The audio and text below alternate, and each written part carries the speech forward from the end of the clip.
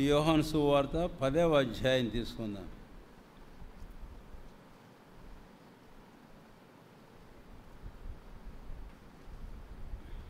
పదవ అధ్యాయము యోహాను సువార్త.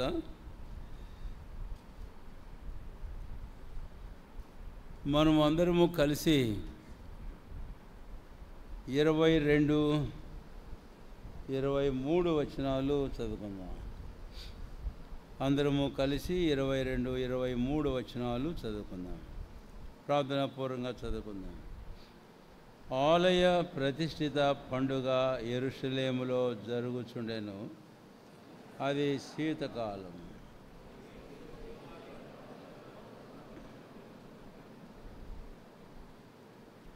మళ్ళీ చదువుదాం. రెండవ పర్యాయము మళ్ళీ చదువుదాము. 22, 23 వచనాలు. ఆలయ ప్రతిష్ఠిత పండుగ యెరూషలేములో జరుగుచుండెను. అది శీతకాలము. అప్పుడు యేసు దేవాలయములో సొలొమోను మంటపమున తిరుగుచుండగా. ప్రియమైన మా తండ్రి, తిరిగి మీ సన్నిధికి మీ పరిశుద్ధమైన బలయుద్ధమైన చేరబోతుంటుండగా వచ్చి ఉన్నాం. మీ వాక్యాన్ని బట్టి మీకు స్తోత్రాలు. మాతో మీరు మాట్లాడండి. యేసు నామమున ప్రార్థించి వేడుకొంచున్నాము తండ్రి, ఆమేన్. ఏం పండుగ ఈరోజు? ఏం గట్టిగా చెప్పడం లేదే? వాసన కూడా బాగానే వస్తుంది కదా. ఆలయ ప్రతిష్ఠిత పండుగ. ఆ రోజు యేసు ప్రభు కూడా వెళ్ళాడు ఆలయ ప్రతిష్ఠిత పండుగకు. అలా ఆశ్చర్యమే. యేసు ప్రభు వారు అన్ని పండుగలకు వెళ్ళేవారు. ఆలయ ప్రతిష్ఠిత పండుగ ఒక విశేషమైనది. వాస్తవంగా పాత నిబంధనలో ఉండే పండుగలలో ఈ పండుగ లేదు. పాత నిబంధనలో యెహోవా పండుగలు 7 ఉన్నాయి. అయితే పాత నిబంధనలో యెహోవా పండుగల్లో ఈ పండుగ మనకు లేదు. ఇది దాదాపుగా పాత క్రొత్త నిబంధన మధ్య 1 శతాబ్దం, 1.5 శతాబ్దం ప్రాంతంలో ఇది ఆరంభమైనటువంటి పండుగ, ఆలయ ప్రతిష్ఠిత పండుగ.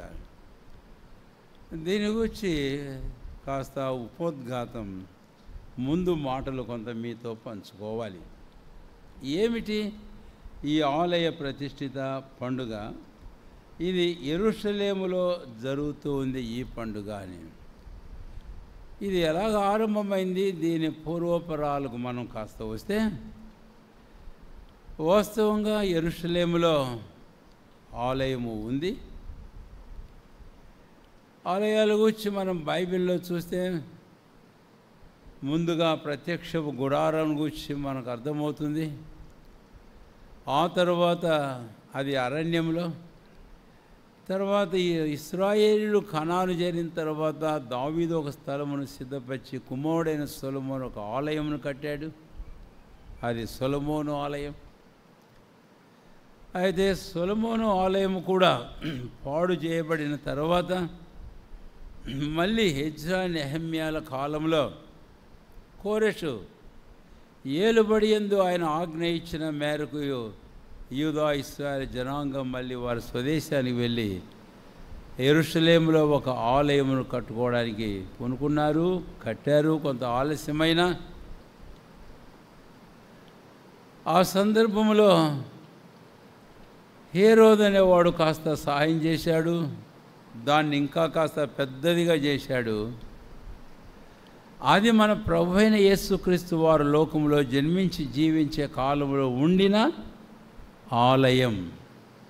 అవును, నిజమే. అయితే క్రీస్తు శకం 70వ సంవత్సరంలో ఆ ఆలయం కూడా రోమా అధికారి టైటస్ దాన్ని పూర్తిగా నాశనం చేశాడు.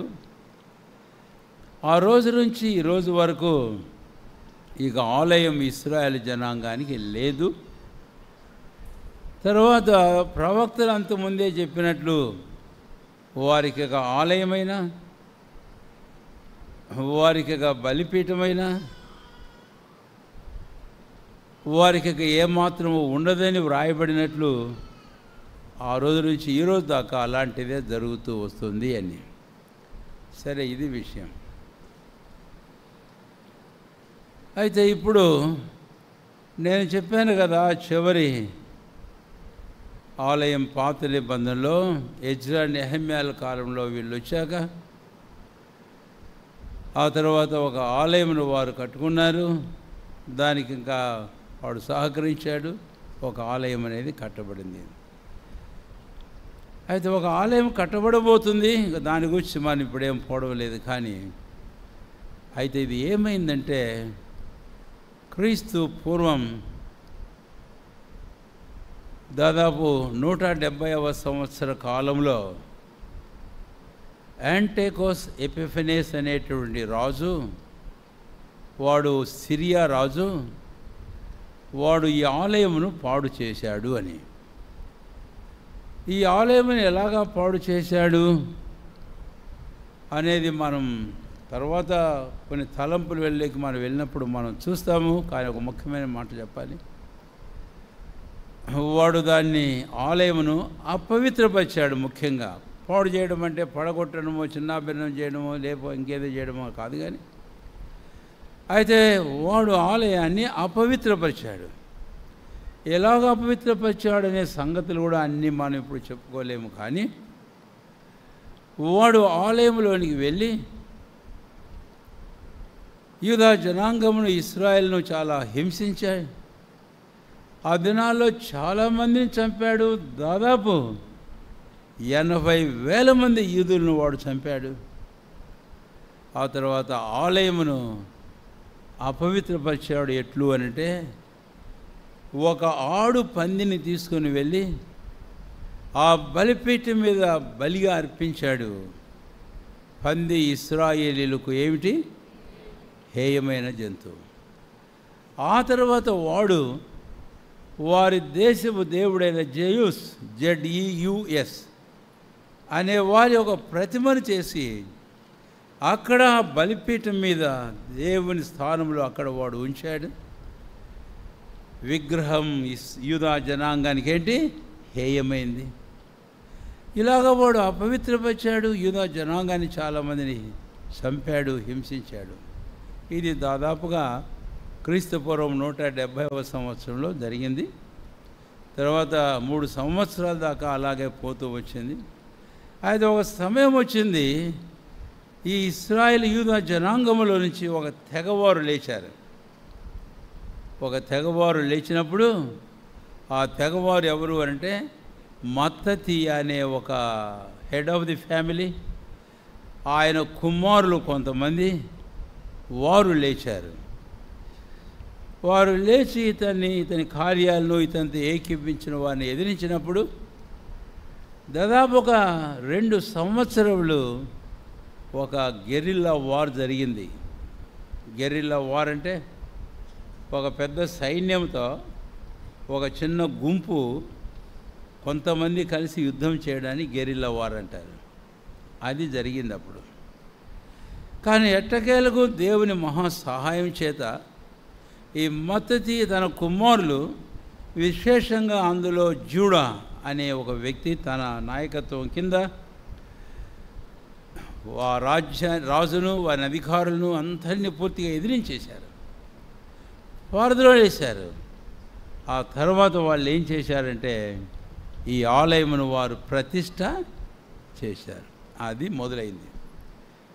యోహాను సువార్త 10వ అధ్యాయం 22-23 వచనాలలో ఆలయ ప్రతిష్ట అనేది అక్కడ మొదలైంది. అక్కడ మొదలైన తర్వాత ప్రతి సంవత్సరం కూడా వారి ఆలయ ప్రతిష్ఠిత పండుగను వారు ఆచరిస్తూ వచ్చేటటువంటి వారు ఆలయ ప్రతిష్ఠిత పండుగను ఆచరించారు. మన ప్రభువైన యేసుక్రీస్తు వారు తర్వాత జన్మించారు.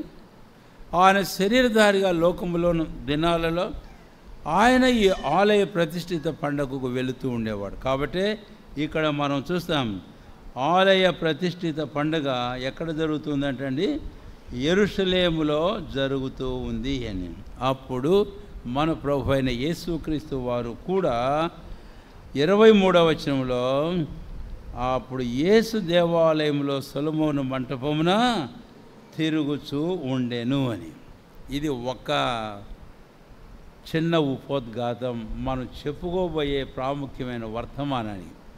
ఇది లేకుండా మనం అర్థం చేసుకోలేము వర్తమానాన్ని. అందుకనే కాస్త ఉపోద్ఘాతం నేను మీకు చెప్పాను. ఇట్లా మొదలైంది ఆలయ ప్రతిష్ఠిత పండుగ అనేది. సరే, అది ఏ కాలము అనేది కూడా పర్టికులర్గా ఒక తలంపు మనం చెప్పుకోవడం చాలా అవసరం. ఏ కాలం అంటే అది శీతకాలము. ఏ కాలం అది? శీతకాలము అని అంటే చలికాలం. అసలు పర్టికులర్గా బైబిల్లో ఆయా సందర్భాల్లో కాలాల గురించి మెన్షన్ చేయడం అనేది గమనార్హము, అంటే ఆలోచింపదగినటువంటి విషయము అని. అందుకే నేను ఇంకోటి 2-3 మాటలు చెబుతాను. యోహాను సువార్త 3వ అధ్యాయము 1-2 వచనాలు గన మనం వస్తే, ఆ నికోదేము అనేటటువంటి వ్యక్తి రాత్రి కాలమున ప్రభువైన యేసుక్రీస్తు వారి యొద్దకు వచ్చాడు. అవును కదా? యోహాను సువార్త 3వ అధ్యాయము 1-2 వచనాలలో మనం చూస్తాం. తర్వాత రెండవది, యోహాను సువార్తలో మనం 13వ అధ్యాయం 30 వచనాన్ని కనుక మనం గమనించినట్లయితే, యేసుప్రభు వారు తన శిష్యులతో కూడా పస్కా పండుగను ఆచరిస్తూ ఉండేటప్పుడు శిష్యుల్లో ఒకడైన యూదా ఇస్కరియోతు వాడు ఆయనతో కూడా పాత్రలో ముక్క ముంచుకొని తిన్నాక వాడు ఏం చేశాడు? బయటికి వెళ్ళి. ఏ టైం అది? రాత్రి వేళ. చూసారా, పరిశుద్ధాత్మ ప్రత్యేకించి ఆ సందర్భాల్లో చలికాలమని రాత్రికాలమని ఇలాగ చెప్పడం మనం చూస్తాం. రాత్రి కాలమని. ఆ తర్వాత మన పితరుడు, మన ప్రవక్త అపొస్తలుడు పేతురు గారి దగ్గరకు వస్తే యోహాను సువార్త 18వ అధ్యాయము 18వ వచనంలో ఆయన గురించి ఇంకో మాట చూస్తాం. యోహాను సువార్త 18వ అధ్యాయము చూడండి దయచేసి. 18వ వచనం నేను చదువుతున్నాను.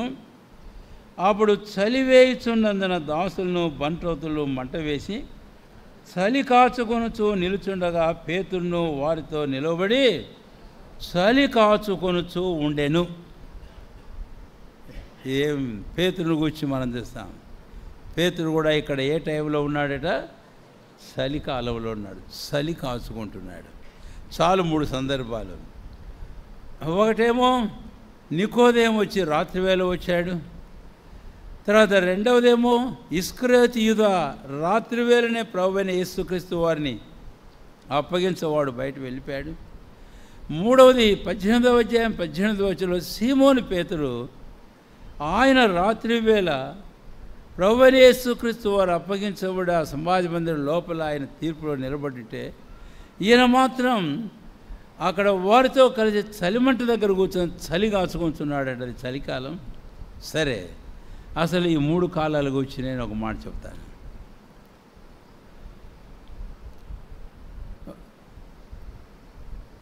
అది మనం గమనిస్తే, ఒకటి ముందు చలి చెప్దాం, చలి తర్వాత చెప్పుకుందాం, ఇలా రాత్రి ముందు చెప్పుకుందాం. రాత్రి కాలం. రాత్రి దేవుని వాక్యంలో ఏం చూపిస్తుంది మనకు? ఆదికాండం 1వ అధ్యాయంలో 4వ వచనంలో ప్రభువైన దేవుడు వెలుగు కమ్మని పలుగా వెలుగు కలిగెను. ఆ రోజు వెలుగుకు మంచిదైనట్టు చూచాడు. సరే, వెలుగును చీకటిని ఏం చేశాడంటే ఆయన వెలుగు. తర్వాత ఇంకా క్రిందకు మనం వెళితే 4వ దినపు సృష్టికి మనం వచ్చినప్పుడు పగలు రాత్రి అని చేశాడు ఆయన. అవును, రాత్రి, చీకటి రాత్రి అనే మాట మనం చూస్తాం. కాబట్టి దీనికంటే ముందుగా ఆదికాండం 1వ అధ్యాయం, ఆదియందు దేవుడు భూమి ఆకాశాలు సృజించాడు. భూమి నిరాకారముగాను శూన్యముగా ఉండెను. ఆ తర్వాత చెప్పండి, చీకటి అగాధ జలములను ఈ చీకటి. కాబట్టి రాత్రి చీకటి అనేది this speaks of the period of darkness in human history.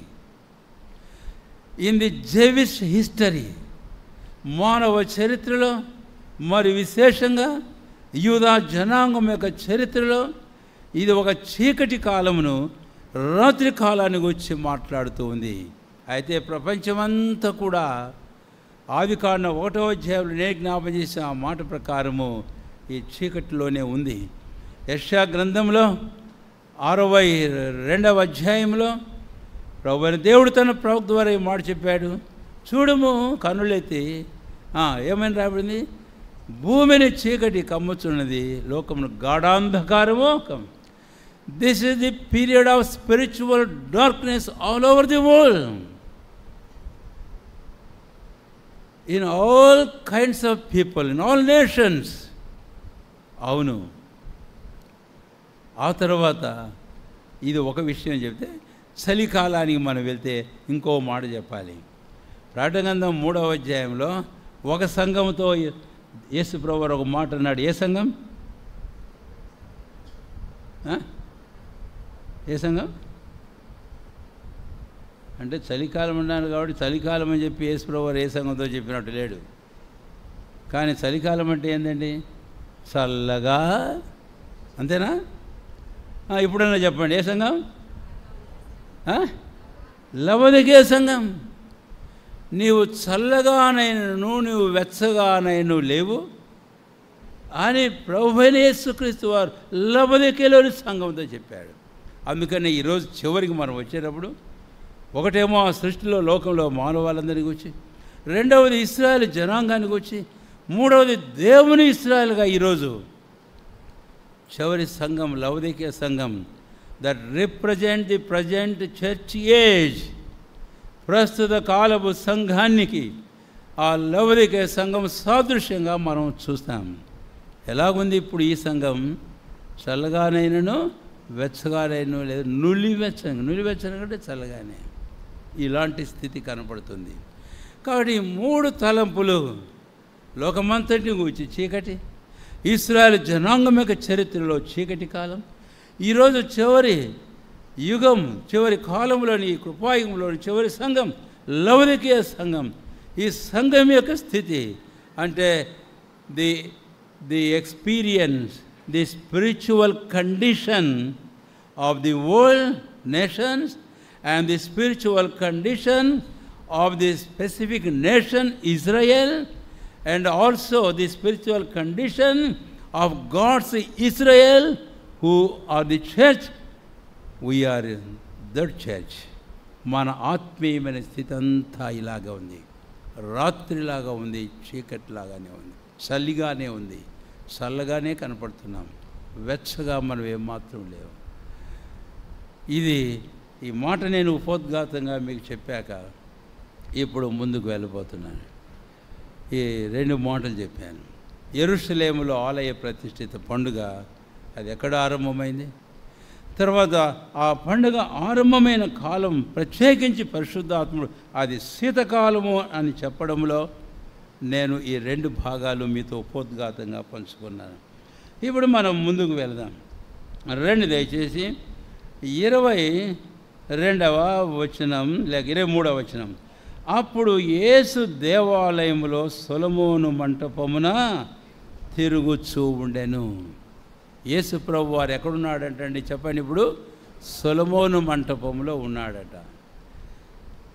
సొలొమోను మంటపం అనేది అది దేవుని మందిరమే, కానీ సొలొమోను మంటపం ఆలయం పడగొట్టారు కదా. Maybe some part of the Solomon's temple was left over like that. తర్వాత దానికి అటాచ్ చేసి ఇంకా మందిరం కట్టి ఏమో చేసినట్లు కనపడతా ఉంది అంతే. అక్కడ మనం ప్రభువైన యేసుక్రీస్తు వారు ఏం చేస్తున్నాడంటే చెప్పండి? సొలొమోను మంటపమున ఆయన తిరుగుతూ ఉన్నట్లుగా మనము చూస్తాం. సొలొమోను మంటపమున ఆయన తిరుగుతున్నాడు. సరే, ఇప్పుడు ఈ సొలొమోను మంటపమున ఆయన తిరుగుతున్నాడని ఒక మాట ఇక్కడ యోహాను సువార్త 10:23లో జ్ఞాపం చేసిన తర్వాత నేను మరొక మాట జ్ఞాపం చేయాలని నేను కోరుతున్నాను. రండి, ప్రకటన గ్రంథం 3వ అధ్యాయము త్రిప్పండి దయచేసి మీ బైబిల్లో. ప్రకటన గ్రంథం 3వ అధ్యాయం 3వ అధ్యాయము 20వ వచనం, ప్రకటన గ్రంథం 3వ అధ్యాయము 20వ వచనం, 3:20. అందరం కలిసి చదువుకుందాం. ఇదిగో నేను తలుపు వద్ద నిలుచుండి తట్టుచున్నాను. ఎవడైనను నా స్వరం విని తలుపు తీసినలా నేను అతని యొద్దకు వచ్చి అతనితో నేనును, నాతో కూడా అతడును భోజనము చేయి. ఇక్కడ అంటాడు నేను అతని యొద్దకు వచ్చి అనే మాట. ఇంగ్లీష్ స్టాండర్డ్ వర్షన్, ఇంగ్లీష్ వర్షన్స్లో లేటెస్ట్ వర్షన్ అని అంటారు. ఎందుకంటే ఆ మధ్య కాలంలో దొరికిన కొన్ని ఆ పురాతన ఆ గ్రంథములు దొరికితే వాటిని నుంచి తీసుకొని English standard version, latest version translation చేశారు. ఆ వర్షన్లో ఇక్కడ ఏమని ఉంది అని అంటే, I will come in to him, నేను అతనిలోనికి వచ్చేదను అని యేసుప్రభు వారు అక్కడ 3వ అధ్యాయం 20 వచనంలో చెప్పడం మనము చూస్తాము. అతనిలోనికి నేను వచ్చేదను. సరే, ఇప్పుడు యెరూషలేములో సొలొమోను మంటపంలో యేసయ్య ఉన్నాడు. రెండవది 3వ అధ్యాయము 20వ వచనంలో ప్రభు తలుపు నొద్ద నిల్చుండి తట్టుచు నేను అతని లోనికి నేను వచ్చేదను అని ఆయన చెప్పడం మనం చూస్తాం. నేను మరొక వాక్యం జ్ఞాపం చేస్తున్నాను. పరమగీతములు 5వ అధ్యాయం రండి దయచేసి. పరమగీతములు 5వ అధ్యాయము 2వ వచనం చదువుతారా ఎవరిన ఒకరు?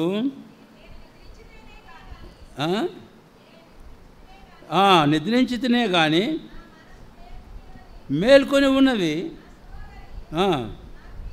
నా ప్రియురాల, నా పావురమా, నిష్కలంకురాల ఆలకింపుము.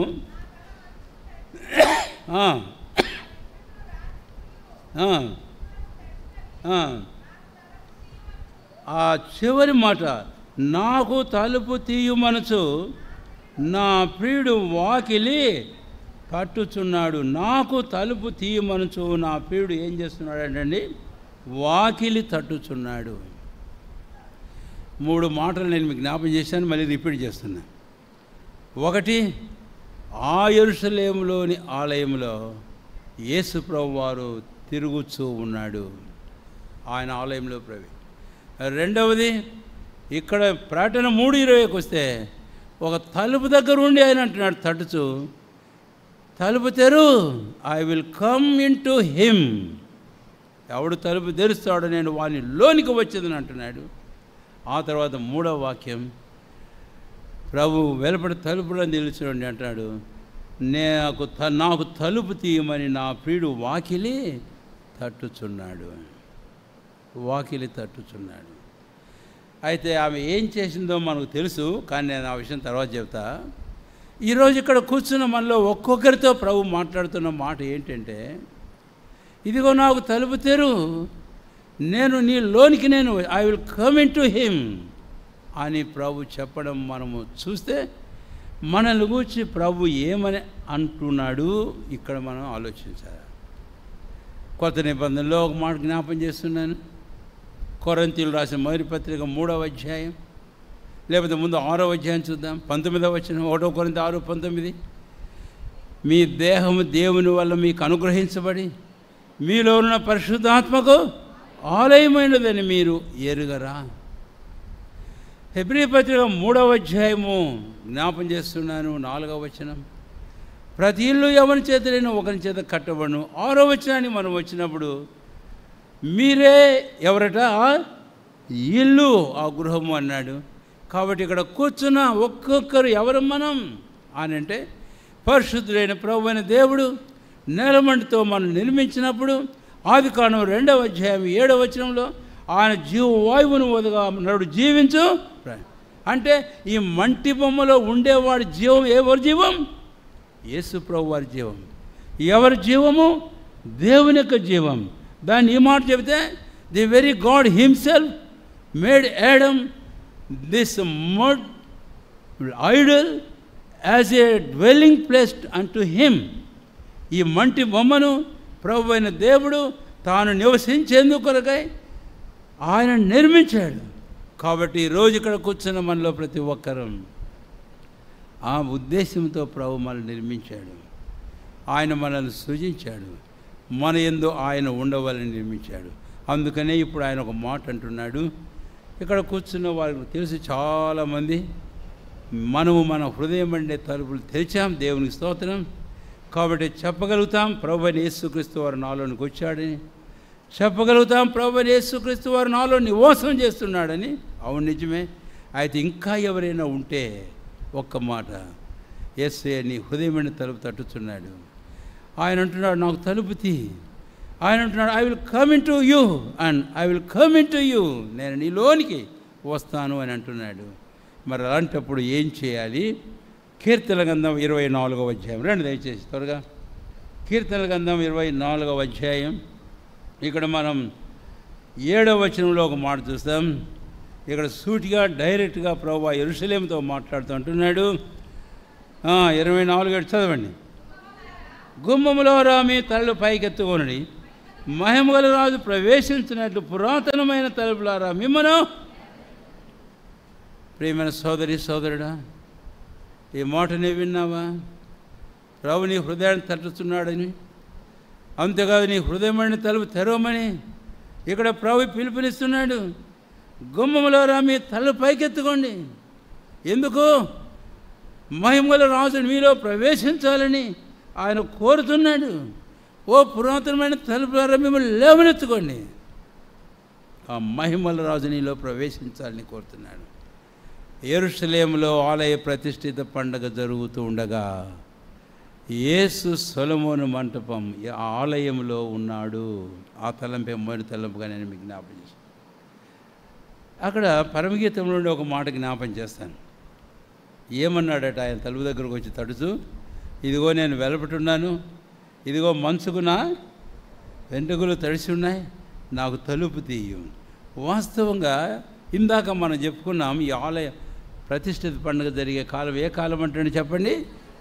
చలికాలం. ఏం జరుగుతుంటుంది చెప్పరే? మంచు పడుతూ ఉంటుంది. అందుకు కాబోలు ప్రభు అయిన యేసుక్రీస్తు వారు బయట ఉండకుండా ఆయన కూడా ఏం చేశాడు? లోపలి వెళ్ళాడు. కాబట్టి ఈ రోజున ఆయన తల మంచుకు తడడం ఏమో కానీ, అయితే ప్రభు అయిన యేసుక్రీస్తు వారు ఏ విధము చేత నేను ఆయన నీలో ప్రవేశించాలని కోరుతూ ఆయనని హృదయమైన తలుపు తట్టుచున్నాను. తెలుస్తావా? నీ ద్వారం ఆయన నీలోనికి రావడం ఎంతో ఆశీర్వాదం.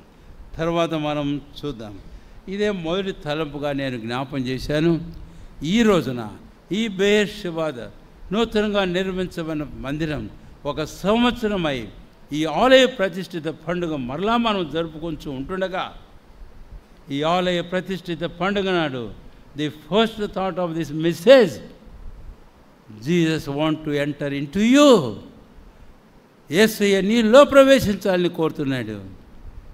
ఆయన నీలో నివసించాలని కోరుతున్నాడు, సంచరించాలని కోరుతున్నాడు. తెరుస్తావా తలుపు? తర్వాత తలంపు మనం వెళ్దాం.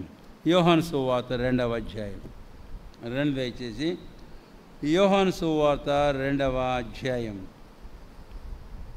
మరలా క్షమించండి 10వ అధ్యాయం యోహాను సువార్త 23వ వచనం చదవండి ఎవరో ఒకరు. అది శీతకాలము. అప్పుడు యేసు దేవాలయంలో సొలొమోను మంటపంలో ఏం చేస్తున్నాడంటే ఆయన తిరుగుచూ ఉండగా, సొలొమోను మంటపంలో ఆయన తిరుగుచూ ఉన్నాడు. ప్రభు తిరగడమే కాదు, ఆ ప్రభు మరొక తలంపు కలిగి ఉన్నాడు.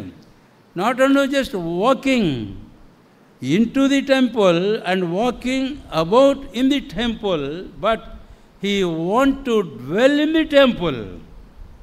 ఆ తలంపుకు మనం ఇప్పుడు రాబోతాం. ప్రభు అయిన దేవుడు తనకు నివాస స్థలంగా ఉండాలి.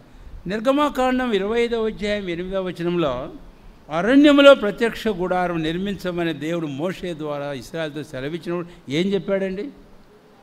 నేను వారిలో నివసించినట్టు. Not only just walking in them, but I just want to dwell in them. నేను వారిలో నివసించాలని నేను కోరుతూ ఉన్నాను. ఇది దేవుని యొక్క ఉద్దేశం. అందుకనే నిర్మించమంటే నిర్మించారు, కానీ తర్వాత మనం తెలుసు వారి సంగతి ఏమైందో.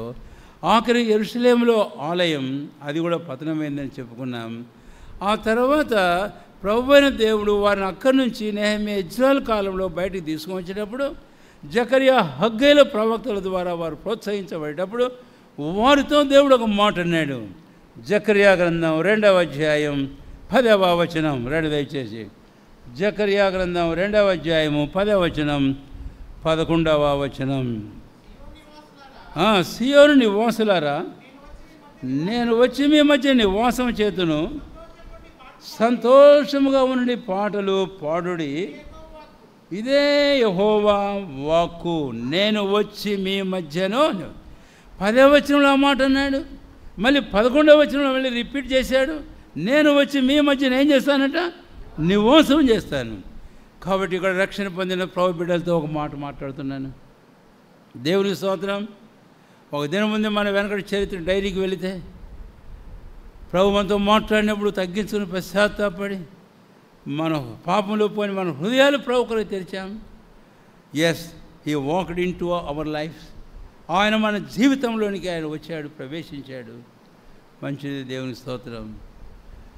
వాకింగ్ ఇంటర్వ్యూ ఇచ్చేసాము యేసయ్యకు. వెనక చూస్తే ఒకసారి మా జీవితంలో వచ్చాడు, మంచిదే. అయితే ఇప్పుడు ఏమంటుండే ఆయన మనతో? నేను వారిలో నివసించాలి అని నేను కోరుతున్నాను అని ఇక్కడ చెప్పడం మనం చూస్తాం.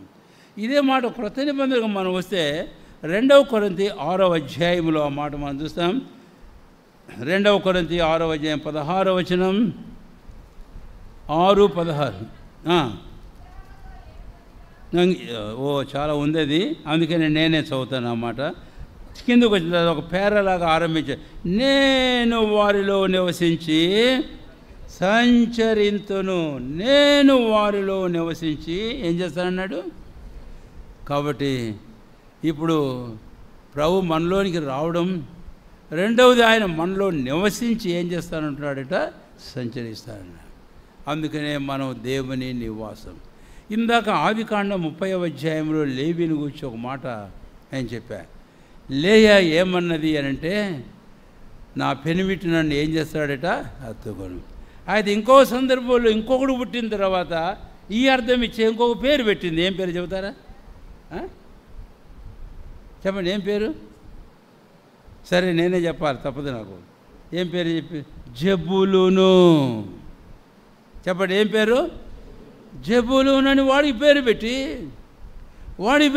ఎందుకు పేరు పెట్టావు జబూలు అని వాడికి పేరు అని అంటే, నా పెనిమిటి నాతో ఏం చెప్పరేంటండి? కాపురముండును. నా పెనిమిటి నాతో ఏముంటాడు? రండి తీద్దాం. మీరు చెప్పకపోతే తీయాలి కదా. ఇక ఆదికాండం 30వ అధ్యాయం. ఆదికాండం 30వ అధ్యాయము దయచేసి రండి. ఎన్నో వచనం? 22వ వచనం. 22ఏనా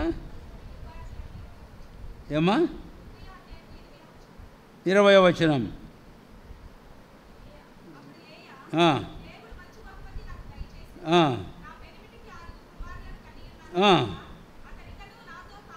అతడు ఇకను నాతో కాపురము. దేవుని స్తోత్రం. చక్కని మాట. అతడు ఇకను నాతో కాపురం చేస్తాడు. ఈరోజు ఇది మన తీర్మానం ఉండాలి. జబూలూను హ్యాబిటేషన్, హెవెన్. హెవెన్ అంటే పరలోకం కాదు, హెవెన్ అంటే పడవలు వచ్చి ఆగే స్థలానికి ఆ పేరు. సరే, దాని గురించి ఎక్కువగా మనం పోంగాని. కాబట్టి ఇప్పుడు ఈమె చెప్పిన మాటను బట్టి నా పెనిమిటి నాతో కాపురం ఉంటాడు. ఇది చాలా ప్రాముఖ్యమైనది. అసలు for this eternity and destination we are called by God. ఈ నిత్య స్థితి కొరకై, గమ్యము కొరకై దేవుని చేత మనం ఏమైనా ఇప్పుడు పిలువబడ్డాం. యోహాను సువార్త 14వ అధ్యాయం 3వ వచనంలో ఏమన్నాడు? నేను మరలా వస్తాను, నేను అక్కడ ఉన్నాను, మీరు నాతో కూడా అక్కడ ఉండులాగా. మిమ్మల్ని నేను తీసుకుని పోతా. ప్రకటన 21వ అధ్యాయం 3వ వచనంలో అన్నాడు, ఇదిగో దేవుని నివాసము మనుషులతో కూడా ఉన్నది, ఆయన వారితో కాపురం ఉన్నాం. ఇది భవిష్యత్తు నిత్య గమ్యం మనకు. అందుకనే ఈరోజు రెండవదిగా రక్షించబడిన దేవుని ప్రేరమైన మన జీవితాల్లో మన ప్రభు అయిన యేసుక్రీస్తు వారు ఆయన మనతో శాశ్వతంగా నివాసం చేయాలి, మనలో నివాసం చేయాలనేది చాలా ప్రాముఖ్యం. ఒక మాట జ్ఞాపం చేస్తున్నాను. యెరూషలేములో ఆలయమును ప్రభు అయిన దేవుడు యేసు ప్రభు వారు విడిచిపెట్టాడా లేదా? 23వ అధ్యాయం మత్తయి సువార్తలో చివరి భాగంలో ఏమన్నాడు? నేను వెళ్ళిపోతున్నా, మీ ఇల్లు మీకు ఏమైంది? విడువబడింది అని చెప్పాడు. ప్రియులారా, ప్రభు మనలోనికి వచ్చినా ఆయన మనల్ని విడిచి వెళ్తాడా? అందుకనే మనం జాగ్రత్తగా ఉండాలి. ఈ ఆలయంలో నేను చెప్పాను కదా, ఈ యెరూషలేములో జరిగిన ఆలయ ప్రతిష్ఠిత పండుగ ఏ రోజు జరిగిందో ఆ రోజు అక్కడ జరిగిన అపవిత్రమైన హేయమైన కార్యాన్ని బట్టి ప్రభు అయిన దేవుడు అక్కడ ఇంకేమాత్రం నివాసం చేయలేకపోయాడు, వెళ్ళిపోయాడు బయటికి. అంతేకాదు, అంతకుముందు నాటి నుంచి నేటి వరకు కూడా ఇదే. Even in the spiritual temple which is the church of Christ, క్రీస్తు యేసు ప్రభు వారి సంఘమైన ఆత్మీయమైన దైవ ఆలయమైన మన మధ్యలో మన జీవితాల్లో కూడా ప్రభువు వదిలిపెట్టిపోయే ప్రమాదం ఉంది. అందుకని లవోదికయ సంఘానికి జ్ఞాపం చేస్తున్నాం.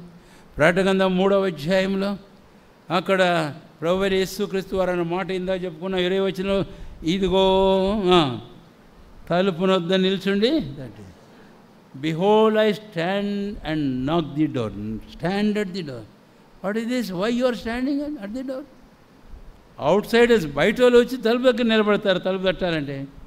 అయితే నువ్వు ఎక్కడ ఉండవలసిన వాడు, ఈయన లోపల ఉండవలసిన వాడు, ఈయన ఎక్కడ పోయినాడట? బయటికి వెళ్ళాడు. ఈ దినాల ప్రమాదం ఇది. అందుకనే ఆ లవోదికయ సంఘానికి వచ్చి ప్రకటన గ్రంథం 3వ అధ్యాయంలో ఒక మాట మనం చూస్తాం. ఏమంటున్నారంటండి వారు? ప్రకటన గ్రంథం 3వ అధ్యాయం, ప్రకటన గ్రంథం 3వ అధ్యాయం దయచేసి చూడండి. 3వ అధ్యాయము ఈ 17వ వచనం చివరి భాగం, నాకేమీ కొదవలేదని చెప్పుకొనుచున్నావు. సరే, అక్కడ సంగతులన్నీ నేను వివరించడం లేదు, కానీ నాకేమీ కొదవలేదు. అయితే ఈ మాటలు ఎందును బట్టి మాట్లాడుతున్నారు వాళ్ళు సంగం చెప్పండి? తెలియక. ప్రభు మాట అన్నాడు, నీకు తెలియక, నీకు తెలియడంలే. 3వ అధ్యాయం నేను ఆ పదం జ్ఞాపం చేస్తున్నా, నీవు ఎరగక. అదే మాట 17వ వచనం మధ్యలో, నీవు ఎరగక. ఈరోజు చాలాసార్లు మనం ఎరగడమలే, ఎరగకుండానే నాకేమీ కొదవలేదనుకుంటున్నాను. అల్టిమేట్గా ప్రభు చెప్పాడు, చూడు నేను ఎక్కడున్నాను. నీకు ధనం ఉందంటున్నావు, అది ఉందంటున్నావు, ఇది ఉందంటున్నావు, కానీ ఎవరు లేరు నీకు? నేను లేను. క్రీస్తు లేకుండా ఇంకేమైనా ఉందా? కాబట్టి యేసు ప్రభు ఒక మాట అన్నాడు, యోహాను సువార్త 15:5, నాకు వేరుగా ఉండి you can do nothing without me, without me you can do nothing, without me with in me you can do anything, but now I am without, not in the church, out of the Laodicean church. ఎట్లా పోయినారట? ఇక వాళ్ళు అన్నారు, నేను ధనవంతును, ధనవృద్ధి చేసుకున్నాను, నాకేమీ కొదవలేదు. ప్రభు అంటాడు, నీవు దరిద్రుడు, దిక్కుమాలినోడు, దిగంబరివి, అది నువ్వు ఎరగటంలే. చాలాసార్లు మనల్ని గురించి మనం ఎరగం. We are not able understand what we are at this present days. ఈ ఆలయ ప్రతిష్ఠిత పండుగ బేర్షెబా ఈరోజు ఏమై ఉన్నాం ఇక్కడికి వచ్చిన మనలో ఒక్కొక్కరం మనల్ని గురించి మనం ఎరుగుదుమా అని. ఒకటి, మనం ఆయన ఆలయం, ఆయన నివాస స్థలం, ఆయన మన పరలోక భర్త, ఆయన మనతో కాపురం చేయాలి. అయితే are you sure, do you know that Christ dwells in you? క్రీస్తు నీలో నివాసం చేస్తున్నాడు, నీతో కాపురం చేస్తున్నాడు అన్న సంగతి నీ వెరిగి ఆ నిశ్చయతలో నువ్వు జీవిస్తున్నావు అని. అదే మనం పరీక్షించుకోవాల్సిన ప్రాముఖ్యమైన విషయం. చాలాసార్లు నాకు అన్నీ ఉన్నాయనుకుంటాం, అయితే క్రీస్తు లేకపోతే ఆ జీవితం ఎలాంటిదో. కొన్ని సందర్భాల్లో మనం చూస్తాం క్రీస్తుకు పోల్చబడిన కొన్ని సందర్భాలు. ఆయనకు బావి అని పోల్చబడింది. నీరు లేని బావి ఎలాంటిదో మనకు తెలుసు. రెండవది, నూనె లేని దీపం ఎలాంటిదో మనకు తెలుసు. అందుకనే ఈరోజు మన జీవితాల్లో క్రీస్తును కలిగి ఉండడం అనేది చాలా ప్రాముఖ్యమైనది. అందుకని ఏ ఏ విషయాలు మన జీవితంలో ప్రభువైన క్రీస్తు మనలో నివాసం చేయకుండా ఆయన వెలుబడి పంపించారు. ఒక అపవిత్రత, మౌలిన్యమ, స్వయం సంతృప్త, స్వయం మెప్ప, లేకపోతే స్వయమా, మరి ఏది ప్రభువును బయటికి పంపించే ఒకసారి మనం పరీక్షించుకుందాం. అదే రెండవ తలంపు. ఇప్పుడు నేను ఒక మాట చెప్పి మూడవ తలంపు వెళ్తా. ప్రకటన గ్రంథం 2-3 అధ్యాయాలలో మనం చూస్తాం ఆ సంగతులు. అయితే 1వ అధ్యాయంలో యేసు ప్రభువు వారు తన మహిమా స్వరూప దర్శనాన్ని యోహాను చూపించినప్పుడు 7 దీపస్తంభములను చూపించాడు.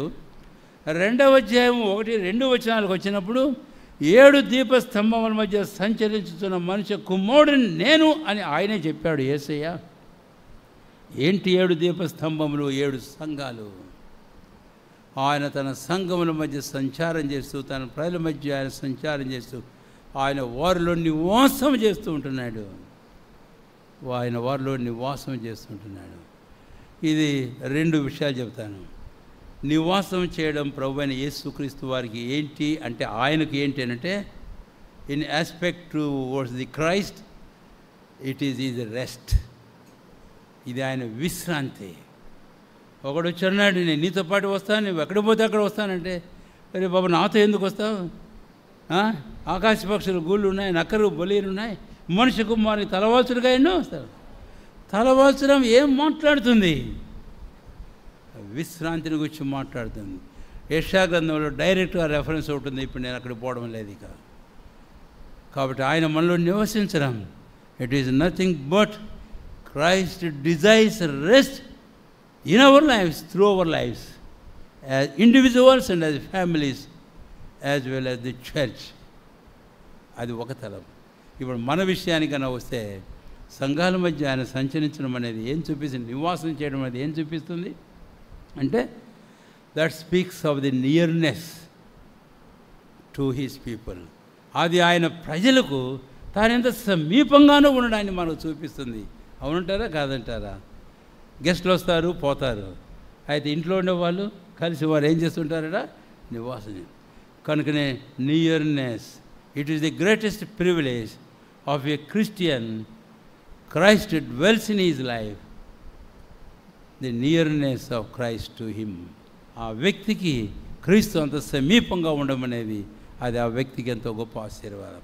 అందుకే దైవజనుడు మోషే ఒక ప్రార్థన చేశాడు. నేను చెప్తూ పోతున్నాను. సంఖ్యాకాండం 10వ అధ్యాయం చివరి వచనానికి మనం వస్తే, అరణ్యంలో వారు యాత్ర చేసేటప్పుడు ఒక స్థలం వచ్చినప్పుడు వారు అక్కడ దిగాల్సి ఉంది. మేఘం ఆగింది, వారు అక్కడ దిగుతున్నారు. అది వారికి విశ్రాంతి స్థలం అట. అప్పుడు మోషే ప్రార్థన చేస్తున్నాడు, అయ్యా ఇప్పుడు మరలా ఇశ్రాయేలు వేవేల మధ్యకు నీవు దిగిరమ్ము, మా మధ్యలో నీవు నివాసం చేయమన్నా. ఆయన వారిలో నివసించడం అది వారికి విశ్రాంతి, అది వారికి ఎంతో ఆధిక్యత, ఆశీర్వాదం. ఇదే రెండవది. ఒకటి, యెరూషలేములో ఆలయంలో ఆయన సంచారం చేస్తున్నాడు ప్రవేశించి. రెండవది, ఆ యెరూషలేములో ఆలయ ప్రతిష్ఠిత పండుగ ప్రభువైన యేసుక్రీస్తు వారు అక్కడ ఉన్నాడు. అది రెండవ తలంపు మనం చూస్తాం. యోహాను సువార్త 10వ అధ్యాయం. దయచేసి తర్వాత తలంపు మనం వెళ్దాం. యోహాను సువార్త 10వ అధ్యాయం. 10వ అధ్యాయము యోహాను సువార్త.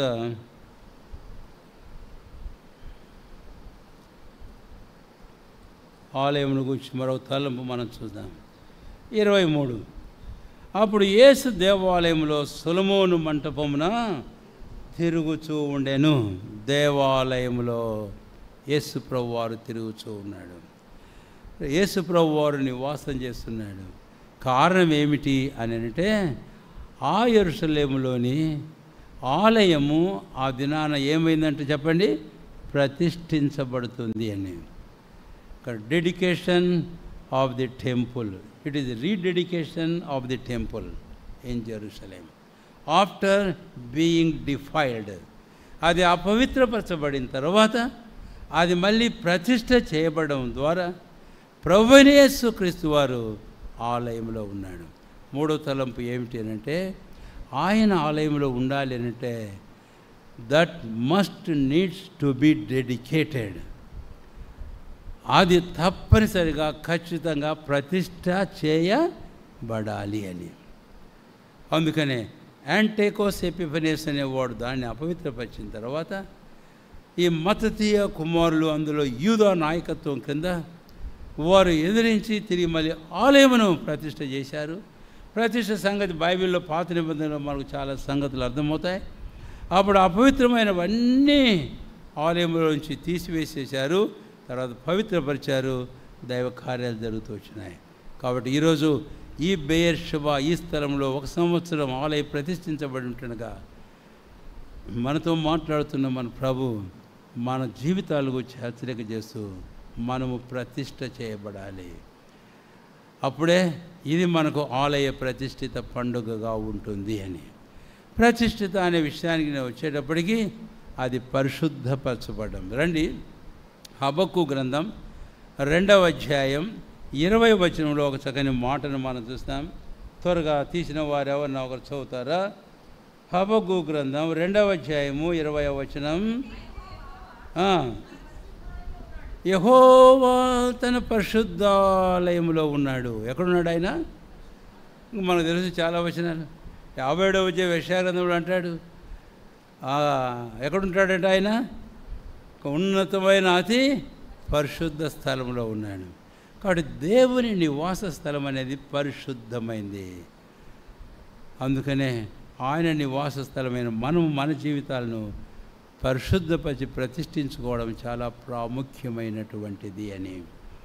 93వ కీర్తన 5వ వచనం, కీర్తన గ్రంథం 93వ అధ్యాయం 5వ వచనం దయచేసి చదవండి ఎవరన్నా ఒకరు త్వరగా.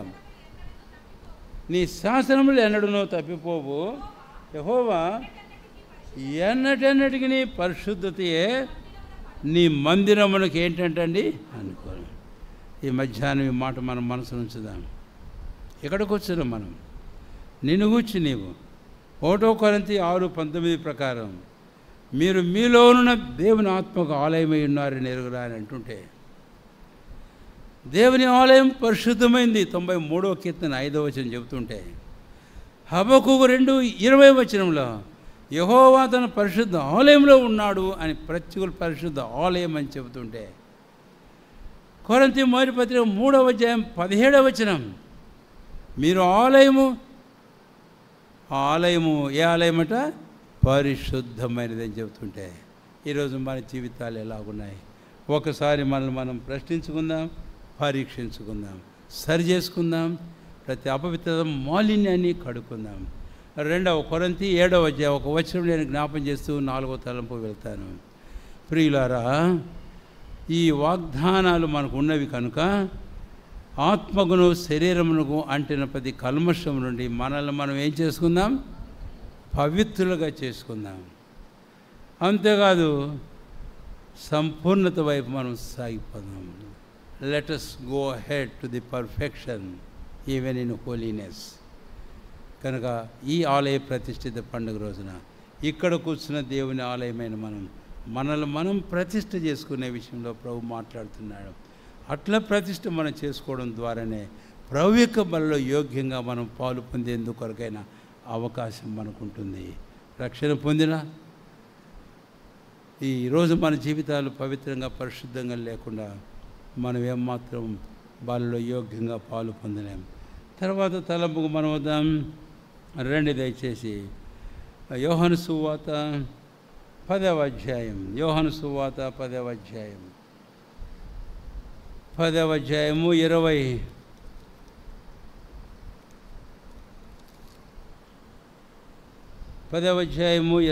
వచనం 23వ వచనం. యెరూషలేములో జరుగుచుండెను.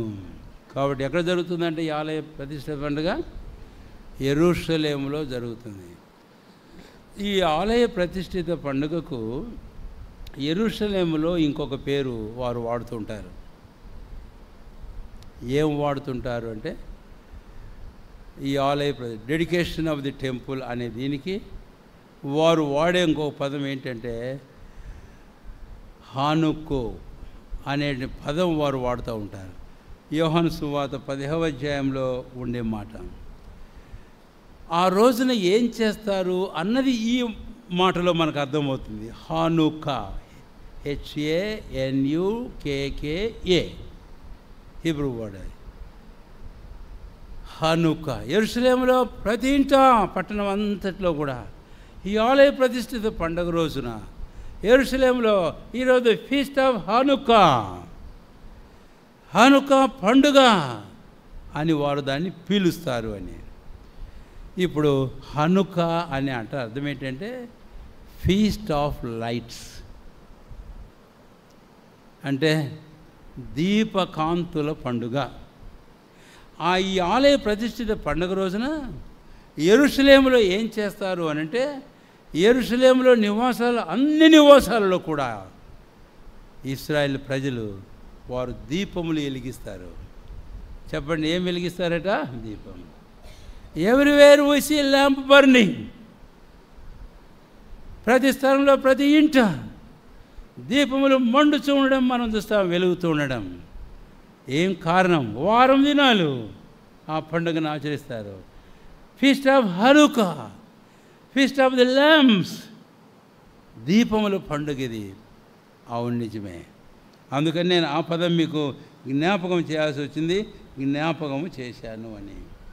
అయితే ఈ అంటియోకస్ ఎపిఫనీస్ అనేవాడు ఈ ఆలయమును అపవిత్రపరిచినప్పుడు వాడు చేసిన ఒక పని ఒక్కటి జ్ఞాపం చేస్తాను మళ్ళీ ఇక్కడ. ఆ తర్వాత ఆహాజు రాజు కాలంలో వాడు చేసిన పని, వాడెవడో కాదు, యూదా రాజే. ఏం చేశాడో నేను మీకు జ్ఞాపం చేస్తాను. ఈ యాంటియోకస్ ఎపిఫనీస్ అనేవాడు ఇక్కడికి వచ్చి దాడి చేసిన తర్వాత మనకు తెలుసు ఆలయంలో ఏముంటుందో. చెప్పండి, ఏముంటుంది? చాలా ఉన్నాయిలేండి, అందులో నేనే చెప్తాను. ప్రదీపములు, క్యాండిల్ స్టిక్ ఉంది. ప్రత్యక్ష గుడారంలో క్యాండిల్ స్టిక్, సొలొమోను ఆలయంలో క్యాండిల్ స్టిక్, ఇక్కడ క్యాండిల్ స్టిక్. ఎన్ని ఉన్నాయి? 7 దీపములు. 7 దీపములు. ప్రభువైన దేవుడు ఏం చెప్పాడు ఆ రోజు మోషేతో చెప్పాడు?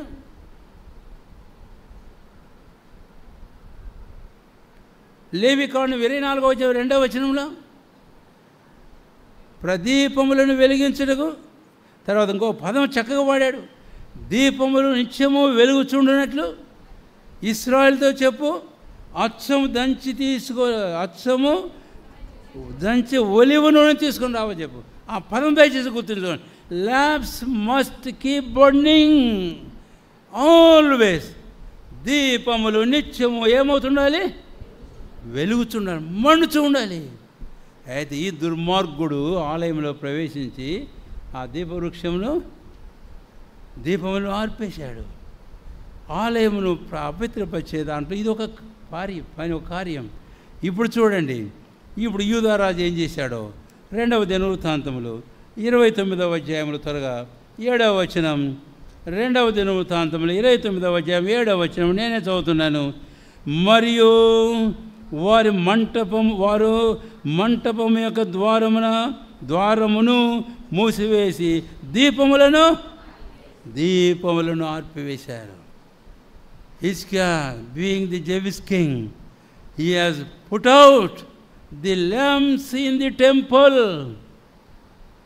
యూదా రాజయ్యుండి దేవుని మందిరంలో దీపాలను ఆర్పివేసిన దుర్మార్గుడు, దౌర్భాగ్యుడు. ఈ యాంటియోకస్ ఎపిఫనీస్ అనే సిరియా రాజు చేసిన పని అదే. ఇట్లు దేవుని మందిరాన్ని వారు అపవిత్రపరిచారు. అయితే ఈరోజు ఏం చేశారు మళ్ళీ వీళ్ళు? యోహాను సువార్త 10:22లో ఆలయం ప్రతిష్ఠించినప్పుడు ఏం చేశారు చెప్పండి? ఆ దీపములను మళ్ళీ వెలిగించారు. దానికి గుర్తుగానే ఆ యెరూషలేం పట్టణం అంతా ప్రతి ఇంట కూడా ఆ యూదా జనాంగం దీపాలు వెలిగించి పెట్టుకుండేవాళ్ళు. మళ్ళీ దీపావళి అనుకుండేవారు, అర్థమైందా? దీపాలను వెలిగించి పెట్టుకుండేవాళ్ళు. అంటే అది వారు చెబుతున్నారు, శత్రువు మా దేవుని మందిరం వెలుగును లేకుండా చేశాడు, దీపాలు ఆర్పివేశాడు.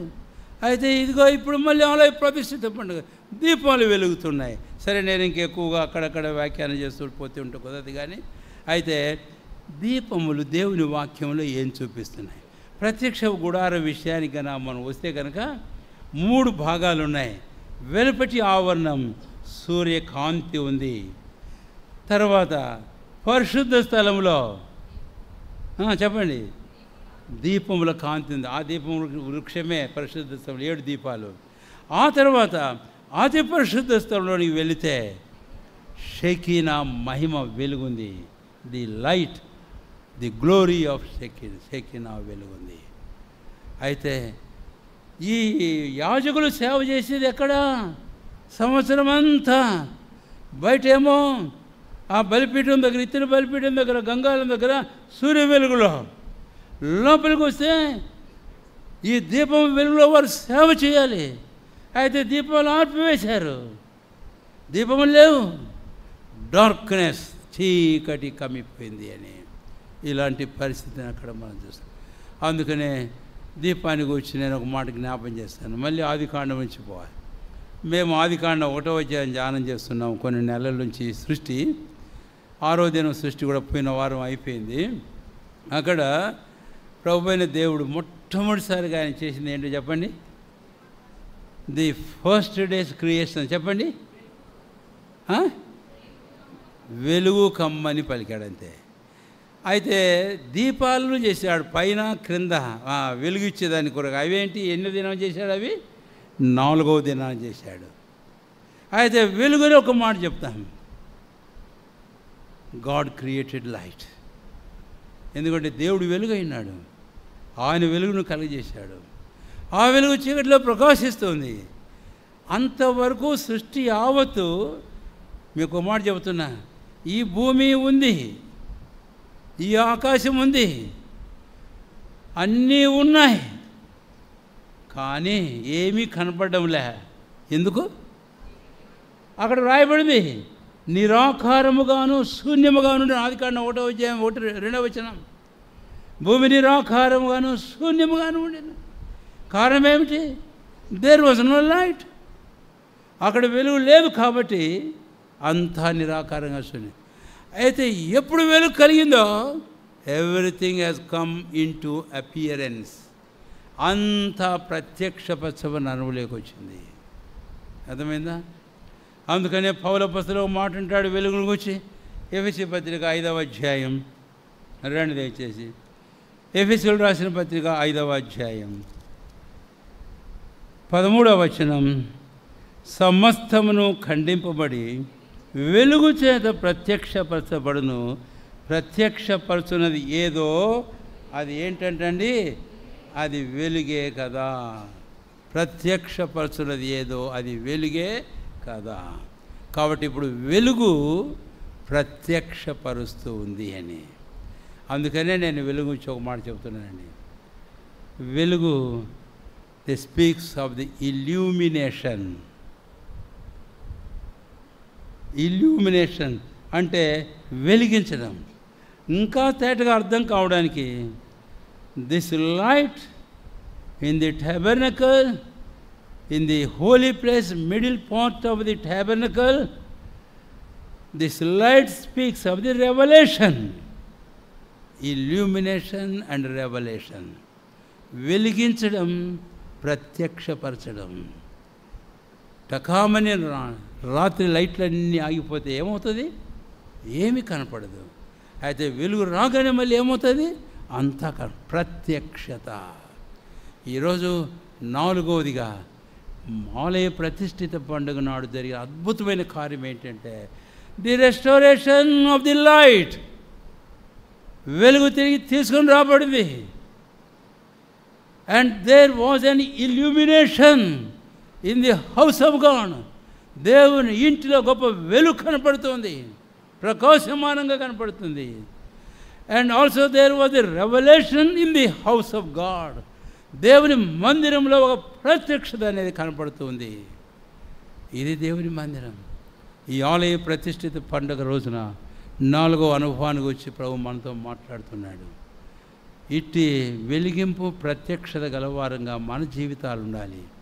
మన కుటుంబాలు ఉండాలి, మన స్థానిక సంఘాలు ఉండాలి. ఎఫెసీ పత్రిక 1వ అధ్యాయం. పౌలు అపొస్తలులు ఎఫెసీల కోసం ప్రార్థన చేస్తూ ఆయన ఈ మాటలే ప్రార్థన చేశాడు. ఇది అందరం కలిసి చదువుకుందామండి. 17, 18, 19 వచనాలు కలిసి ఉన్నాయి కాబట్టి కలిసి చదువుకుందాము. చాలా ధ్యాస ఉంచి చదవాలని మీకు మనవి చేస్తుంటున్నాను. 17, 18, 19. మరియు మీ మనోనేత్రములు వెలిగింపబడినందున ఆయన మిమ్మల్ని పిలిచిన పిలుపు వలన నిరీక్షణ ఎట్టిదో, పరిశుద్ధులలో ఆయన స్వాస్థ్యం యొక్క మహిమైశ్వర్యం ఎట్టిదో, ఆయన క్రీస్తునందు వినియోగపరిచిన బలాశయమును బట్టి విశ్వసించు మన యందు ఆయన చూపుచున్న తన శక్తి యొక్క అపరిమితమైన మహత్యం ఎట్టిదో మీరు తెలుసుకొనవలనని మన ప్రభు అయిన యేసు క్రీస్తు యొక్క దేవుడైన మహిమా స్వరూపి తండ్రి తన్ను తెలుసుకుంట యందు మీకు జ్ఞానమును ప్రత్యక్షతను గల మనసు అనుగ్రహించినట్లు నేను నా ప్రాంతంలో మిమ్మల్ని వచ్చి విజ్ఞాపన చేస్తున్నాను. ఎన్ని తలంపులు ఉన్నాయో మీరు ఒకసారి గుర్తుపెట్టుకోండి. నేనైతే నా బైబిల్లో సుక్కలు పెట్టుకుంటాను. 1, 2, 3, 4, 5 సుక్కలు అటు పెట్టుకుంటాను. అమ్మ సుక్కలు పెట్టుకుంటే బైబిల్ పాడైపోతుందిగా. భద్రంగా పెట్టుకుందామా? కొత్తగా జన్మించిన రోజు నుంచి మళ్ళీ సమాధి పోయేది ఒకే బైబిలా? బైబిల్ బాగా చదవండి, గుర్తులు పెట్టండి, గీతలు గీయండి, రంగులు వేయండి. కొంతమంది బైబిల్ ఎక్కడ కనపడుతుంటాయంటే వాళ్ళు చాలా జాగ్రత్తగా చదువుతున్నారు, అది ఒక గుర్తు అన్నమాట. మీ బైబిల్ ఎంత శుభ్రంగా ఉంటాయో మీ హృదయాలు అంత అశుభ్రంగా ఉంటాయి. సరే, నేను అయ్యింది చెప్పడం టైం అయిపోయింది ఆల్రెడీ, ఎందుకంటే ఆడబెట్టారు గడియారు, మీకు కాదు నాకు. కనుక ఇప్పుడు 4వ తలంపు ఏంటి అంటే ఇలాంటి ఆత్మ ప్రత్యక్షత గల మనసు. మనం రక్షణ పొందాము, మందిరానికి వస్తున్నాం, దేవుని వాక్యం, ప్రవస అనేది, ప్రార్థనలు, దైవ సేవకుల పరిచర్య, ఆ రకాలైన పరిచర్యలు విస్తారంగా మనకు చేయబడుతున్నాయి.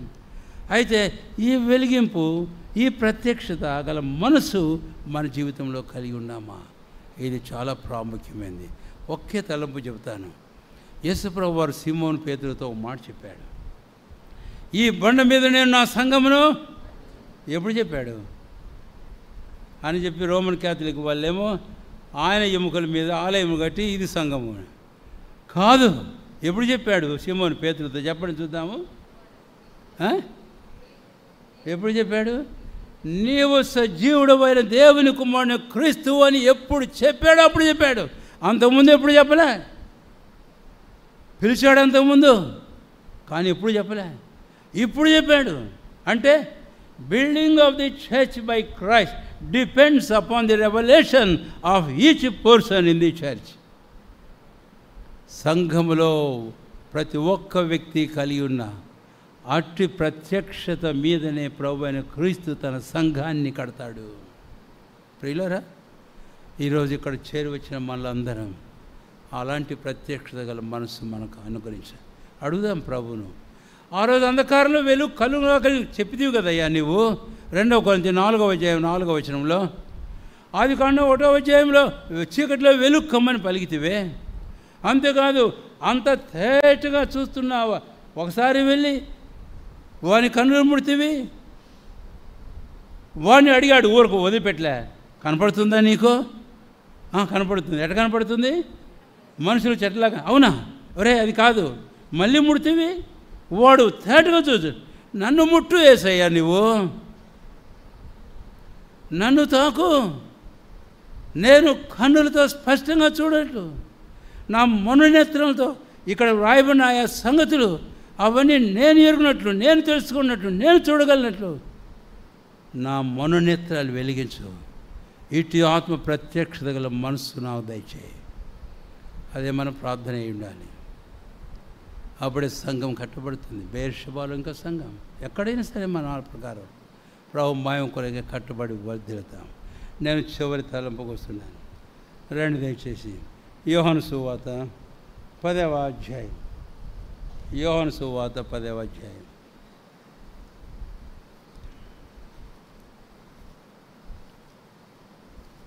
ఇరవై 23 వచనాలు. ఇక్కడ నేను 22వ వచనం చదువుతున్నాను. ఆలయ ప్రతిష్ఠిత పండుగ యెరూషలేములో జరుగుచుండగా, మీరు 5వ తలంపు నేను చెప్పి ముగించేస్తాను. కానీ అయితే ఈ సంగతులు అర్థం చేసుకోవడానికి మనం వెనక్కి చాలా వెళ్ళాల్సి ఉంటాము. కాకపోతే నేను కొంచెం ఉపోద్ఘాతం చెప్పాను ఇందాక, అందుకే చెప్పాను అవసరమని. ఈ యాంటియోకస్ ఎపిఫనీస్ అనేటటువంటి వాడు ఆలయమును అపవిత్రపరిచిన ఆ దినాన వాడు చేసిన పని ఇంకా కొన్ని ఉన్నాయి. కానీ అందులో ఒక ప్రాముఖ్యమైన పని ఇంకోటి ఏంటి అంటే, వాడు ఒక శాసనాన్ని బయలుదేరి చేశాడు. ఏమి శాసనము అంటే, ఈ ఆలయములో యెహోవా ధర్మశాస్త్రం అనేది ఎక్కడా కనపడకూడదు. The book of the law should not be found here in the temple. దేవుని ఆలయంలో యెహోవా ధర్మశాస్త్ర గ్రంథము ఏమి చేయకూడదు, ఉండకూడదు, కనపడకూడదు. ఇది వాని శాస్త్రం. అదిగనా కనపడితే, అదిగనా చదువుతుంటే మరణ శిక్ష వారికి అని చెప్పాడు వాడు. నేను మరొక మాట కూడా జ్ఞాపం చేస్తున్నాను. ఎవరైనా సరే ఈ యెరూషలేము అంతట్లో కూడాను ఇశ్రాయేలు జనాంగంలో ప్రభువైన దేవుడు తన ధర్మశాస్త్రంలో సెలవిచ్చిన సున్నతి ఆచారాన్ని కానీ ఆచరిస్తే, ఏ తల్లైనా తన పిల్లలకు అలాంటి ఆచారం ఆచరిస్తే ఆ పిల్లలను చంపి ఆమె గొంతుకు చుట్టి వేలాడదీసి ఊరేగింపుగా తీసుకుని వెళ్ళి చివరికి ఆమెను చంపాలి. ఇలాంటి శాసనాలు పుట్టించాడు. అయితే వీటన్నిటిలో నేను ఒక ముఖ్యమైన తలము చెప్పకూరుతున్నది ఏంటంటే, వీడు యాంటియోకస్ ఎపిఫనీస్ దేవుని మందిరంలో ఉండవలసిన దైవ గ్రంథం, దైవ వాక్యం లేకుండా చేయడం అనేది వాని అసలు ప్రతిష్ఠించేది ఏంటండి? ఆలయాన్ని కానీ ఆలయంలో పూజించు వారిని కానీ ప్రతిష్ఠ చేసేది ఏంటి? యోహాను సువార్త 17వ అధ్యాయము 17-19 వచనంలో, నేను వారి కొరకై ప్రతిష్ఠ చేసుకుంటున్నాను, వారిని సత్యమందు నీవు ప్రతిష్ఠ చేయము, నీ వాక్యమే. కాబట్టి 5వ తలంపు, ఆ రోజు యెరూషలేములో ఆలయ పండుగ రోజున దేవుని ధర్మశాస్త్రం తిరిగి తేబడింది, దేవుని ధర్మశాస్త్రం తిరిగి ప్రకటించబడింది. మత్తతీయ కుమారులు వారితో ఏకీపించిన వారు దేవుని వాక్యాన్ని తీసుకొని వచ్చి ప్రకటన చేశారు, ప్రార్థన చేశారు, వాక్యాన్ని చదివారు, ధర్మశాస్త్ర గ్రంథాన్ని చదివారు. ఒకవైపు దేవుడేమో ద్వితీయోపదేశకాండం 17వ అధ్యాయం 18వ వచనంలో ఏం చెప్పాడు తెలుసా? రండి, ద్వితీయోపదేశకాండం 17వ అధ్యాయము 18వ వచనం చదువుతారు ఎవరన్నా ఒకరు? రాజసింహాసనమందు ఆసీనుడయ్యుండి లేవీలైన యాజకుల స్వాధీనములో ఉన్న గ్రంథమును చూచి ఆ ధర్మశాస్త్రమునకు ఒక ప్రతిని తన కొరకు రాసుకొని తన దగ్గర ఉంచుకోవాలి అని యెహోవా సెలవిచ్చాడు. ప్రతిని తన యొద్ద ఉంచుకోవాలి. ఈరోజు ప్రభు మాట్లాడుతున్న మాట మనతో, నువ్వు రక్షణ పొందిన తర్వాత ప్రతి వ్యక్తి కూడా తన సొంత ధర్మశాస్త్ర గ్రంథం, దేవుని వాక్యం, పరిశుద్ధ గ్రంథం బైబిల్ స్వంతం కలిగి ఉండాలి. సొంత బైబిల్ చదవాలి, సొంత బైబిల్ ధ్యానం చేయాలి, సొంత బైబిల్ మోసుకుపోవాలి. దేవుని యొక్క ఆజ్ఞ చూశారా? కాబట్టి యాజకుల ఆధీనంలో ఉండే ధర్మశాస్త్ర గ్రంథం ఉందే, ప్రతిని రాసుకొని ఒకటి పెట్టుకోవాలి దగ్గర. ఆ రోజు కొంతమంది విషయం, అయితే ఈరోజు అందరి విషయంలో ప్రభువైన దేవుడు అదే చెప్పాడు. అందుకనే ఈరోజు 5వ తలంపు ఆలయ ప్రతిష్ఠిత పండుగ. అది ఏం చూపిస్తుంది అంటే, దేవుని పరిశుద్ధమైన వాక్యం తిరిగి మన జీవితాల్లో ఘనపరచబడడం అనే సత్యాన్ని మనకు తెలియపరుస్తుంది. కాబట్టి ఈ ఆలయ ప్రతిష్ఠిత పండుగ రోజున మన ప్రభువైన యేసుక్రీస్తు వారు తానే స్వయంగా ఎక్కడున్నాడంటే చెప్పండి, ఆయన ఏమై ఉన్నాడు? ఆయన ఏమైనాడు?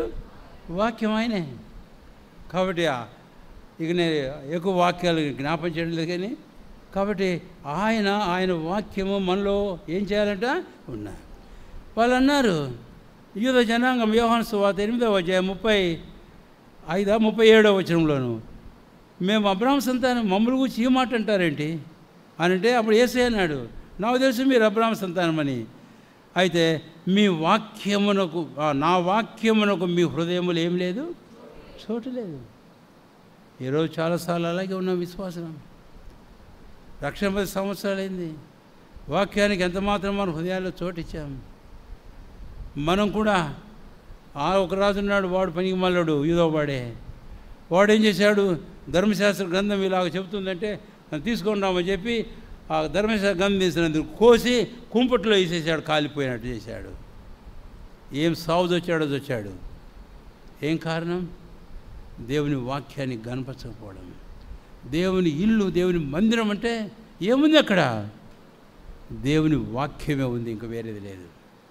అందుకని యెషయా గ్రంథం 2వ అధ్యాయం 3వ వచనం త్వరగా తీసిన వారు చదవండి దయచేసి. యెషయా గ్రంథం 2వ అధ్యాయం 3వ వచనం తీసిన వారు త్వరగా. ఆ కాలమున సియోనులో నుండి ధర్మశాస్త్రమును, యెరూషలేములో నుండి యెహోవా వాక్కును ఏం చేసిందంటండి?